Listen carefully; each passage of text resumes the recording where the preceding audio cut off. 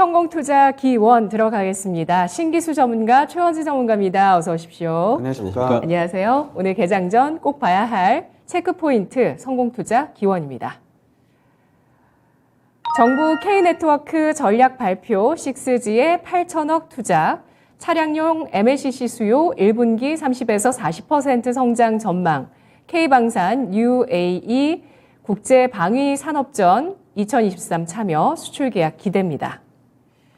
자, 오늘 이렇게 중동 소식도 있고요. 또 방산 그리고 정부의 6G 투자 MLCC까지 확인을 해보도록 하겠습니다. 이 가운데서 정부 정책부터 확인해 보겠습니다. 신기수 전문가님, 2028년에 6G 시대를 열기 위해서 정부가 나섰습니다. 투자 계획이 발표가 됐네요. 예. 8,170억 지금 이제 그 투자를 하겠다는 거고요. 일단 그 6G 전 세계적으로 지금 투자 규모를 밝힌 나라들이 굉장히 많이 있어요, 사실은. 미국이 21년도에 벌써 밝혔고요. 30조 규모입니다, 미국은. 제일 이제 크고요. 중국도 5,800억 규모, 그리고 유럽연합도 1조 2천억 규모 지금 투자를 추진하고 있고요. 예, 그리고 일본에서도 지금 6,500억 이상 지금 하겠다라고 투자 계획을 지금 밝혔죠.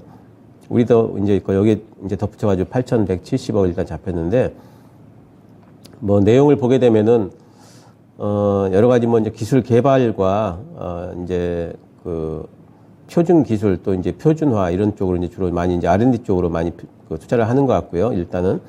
예, 그리고 이제 스펙을 보니까, UAM 같은 거 활용을 해가지고, 공중에서 이제 안테나 역할을 하게 만든다는 거죠. 그래서 이제 그 대역폭을 좀 늘리겠다.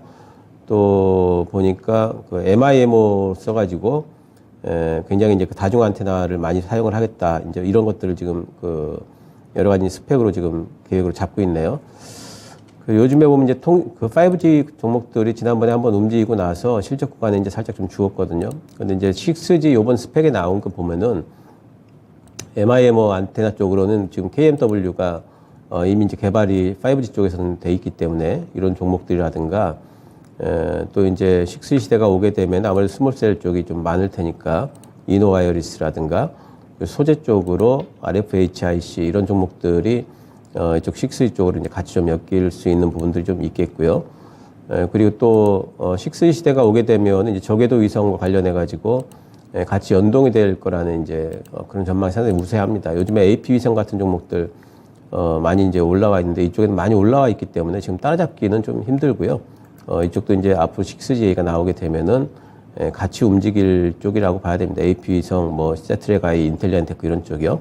그래서 이제 이쪽엔 좀 조정 좀 받기를 좀 기다려가지고 진입이 가능할 것 같고 2028년도를 지금 목표로 하고 있다니까 생각보다 지금 가깝게 지금 목표를 잡고 있는 것 같아요. 그래서 6G와 관련된 모멘텀이 올해가 지금 2023년도이기 때문에 어쩌면은 이제 조만간에 한번 좀 이제 바람이 좀 불지 않을까 또 생각도 해볼 수 있겠습니다. 네. 정부 차원에서 6G를 육성하기 위한 방안이 발표됐습니다. 앞서서 신기수 전문가가 짚어주셨듯이 미국이나 유럽, 일본 등지에서는 벌써 계획이 나왔고요. 우리나라도 6G 경쟁에 동참하는 움직임 나오고 있는데요. 최원지 전문가님, 아무래도 인공지능이나 빅데이터, 자율주행 같은 네트워크가 필요한 산업들이 빠르게 성장을 하게 되면서 이런 인프라가 꼭 필요하다는 점에 대해서 정부가 주목을 하고 있는 상황이고요. 2028년 6G 시대에 열릴까요?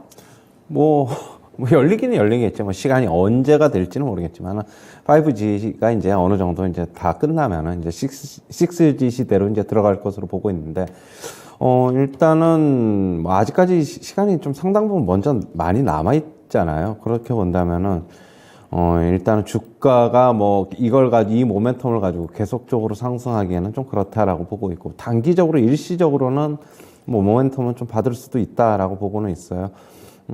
역시 뭐 5G 업체들 계속 봐야 되는데, 뭐 이노와이어리스라든가 HFR, RF 머티리얼즈, RFHIC 뭐 이런 종목들 좀 봐야 될 것으로 보고 있고, 저는 이 모멘텀으로 인해서 단기간에 주가 급등하면은 조금 매도 관점에 서는 것도 좋지 않느냐. 결국에는 실적에 수렴할 것이다라고 보고 있어가지고 이런 모멘텀은 역시 뭐 단기적으로 접근해야 된다, 그렇게 보고 있습니다.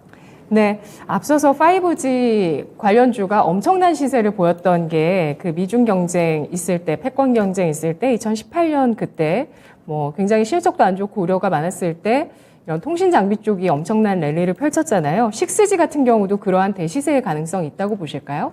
당연히 그 앞두고서는 있겠죠. 5G가 이제 조금 어떻게 보면은 많이 보급이 된 게 한 2020년 정도인데 역시 그거 주가는 한 그 전서부터 한 1년 전서부터 미리 움직였다라고 보면은 네. 그 2028년이 앞두고 어떻게 보급이 어떻게 빨리 되느냐에 따라서 주가도 그거 앞두고서 미리 움직일 가능성이 있다. 그렇게 보고 있습니다. 네, 어제 K네트워크 2030 전략을 통해서 6G 도입 시기가 나왔습니다. 신기수 전문가님도 여쭤볼게요. 5G 통신 장비 그 도입 이전에 큰 시세가 나왔듯이 이번에도 6G 시대에도 이런 통신 장비에 또 큰 폭의 상승, 시장을 주도하는 움직임 나타날 수 있다고 예상하실까요? 예, 뭐 이렇게 이제 한 번씩 어떤 기술 혁신이 이제 대규모 혁신이 한 번씩 일어나면은 종목들이 한 번씩 그 전에 미리 움직이는 타이밍들이 한 번씩 있죠. 그래서 이제 그런 부분들이 한 번 이상은 올 걸로 보고 있습니다. 네, 알겠습니다. 관련한 종목들 각각 두 분이 언급을 해 주셨고요. 관심주 가운데 겹친 건 RFHIC 정도였네요. 여타 종목들까지 잘 추스려서 또 관찰해 보시고 또 이슈의 진행 상황 지켜보셔야 되겠습니다. 6G 알아봤고요. 이어서 두 번째 이슈 보겠습니다. K방산 아랍에미리트 국제방위산업전 2023 참여 수출 계약 기대입니다. 아랍에미리트에서 방위산업이 또 이런 전시회가 열렸는데요.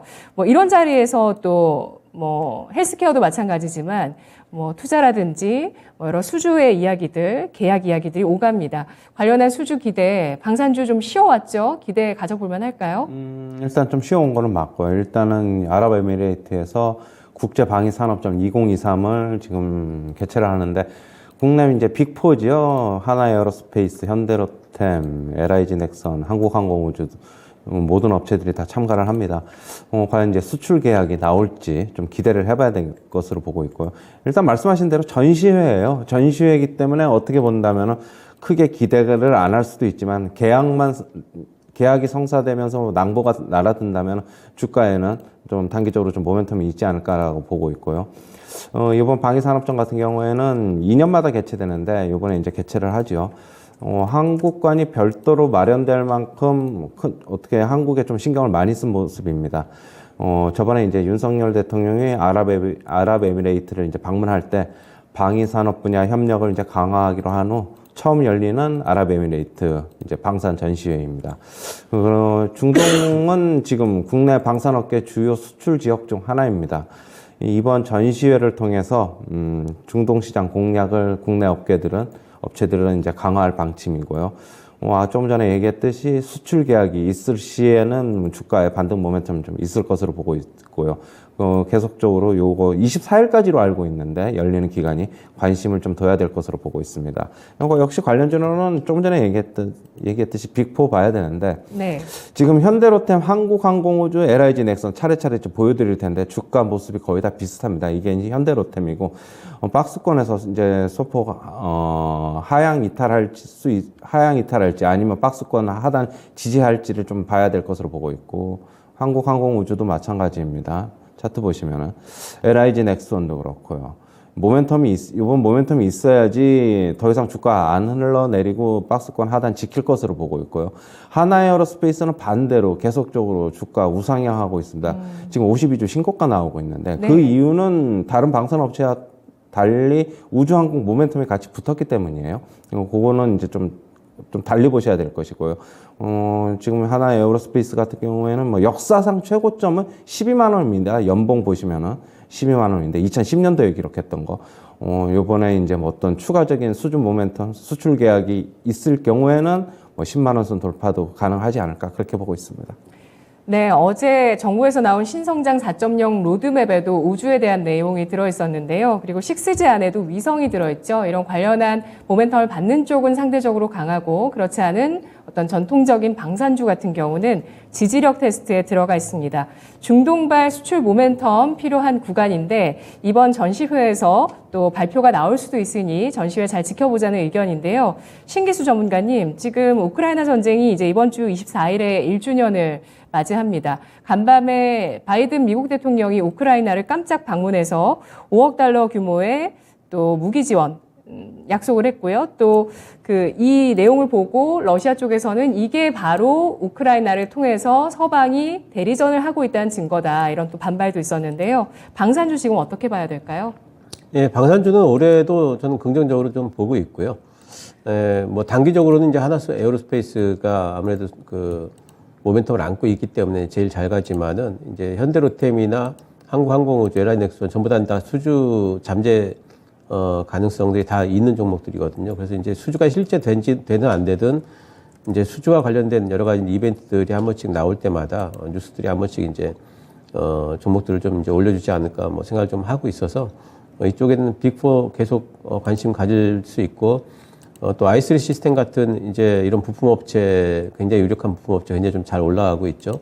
그래서 이런 종목들까지 해서 방산주 올해도 계속 좀 관심을 가져야 된다 보고 있습니다. 네, 알겠습니다. 올해도 이어질 지정학적 리스크와 방산주의 움직임 주목하고 있고요. 마지막 이슈입니다. 차량용 MLCC 수요 1분기 30에서 40% 성장 전망입니다. LG전자가 전장용 부품으로 인해서 수주 기대감 나온 적이 있었고요. 또 크게 부각이 되지 않았지만 삼성전기 같은 경우도 MLCC 시장에서 최근에 점유율이 커지고 있습니다. 전망치를 보면은 올해 점유율이 13%까지 전년 대비해서 9%포인트 삼성전기가 이 MLCC 시장에서 점유율을 높일 수 있다. 차량용 MLCC 시장 주목이 되고 있는데요. 신기수 전문가님. 예, 지금 전체 MLCC 시장은 사실은 지금 살짝 좀 위축돼 있어요. 스마트폰용 또 이제 IT용 MLCC는 지금 별로 안 좋기 때문에 전체적으로 보게 되면은 MLCC 시장이 이제 별로 안 좋다라고 볼 수 있는데 단지 이제 차량용 MLCC 시장 자체는 지금 굉장히 좀 성장세에 있다 이렇게 좀 보이고 1분기에만 수요가 지금 30에서 40% 정도 지금 늘 걸로 예상을 하고 있습니다. 이제 그 이유는 이제 당연히 이제 전기차 시장이 성장세에 있기 때문에 이제 그렇다는 거고요. 내연기관 자동차보다 전기차 쪽에는 3배에서 4배까지 이렇게 지금 그 MLCC가 들어가기 때문에 이런 부분에서 전장용 MLCC를 생산하는 업체들 같은 경우에는 이번 1분기 때도 계속해서 좀 주목을 해봐야 되고 삼성전기 같은 경우에도 말씀하신 대로 올해 이제 점유율을 갖다 늘릴 거다 이런 식으로 지금 이제 얘기를 지금 하고 있습니다. 그래서 이제 뭐 차트를 좀 보시면요, 삼성전기 같은 경우에는 요즘에 이제 바닥에 슬슬 올라오고 있는 그런 형태죠. 그래서 이제 뭐 16만 원 뚫게 되면은 그 다음에는 조금 더 탄력 있게 한 18만 원 정도까지 올라갈 수 있지 않을까 뭐 전망을 좀 해볼 수가 있겠고. 그리고 LG전자가 지금 뭐 수주잔고 100조 얘기가 지금 나오고 있는데 LG전자향으로 지금 MLCC 공급하는 업체가 사막 콘덴서거든요. 네. 사막 콘덴서도 지금 이제 상당히 좀 잘 올라오고 있습니다. 사막 콘덴서 좀 주목해 보시고 그리고 신규로 지금 진출해서 새롭게 지금 MLCC 시장에 진출한 업체가 아모텍이에요.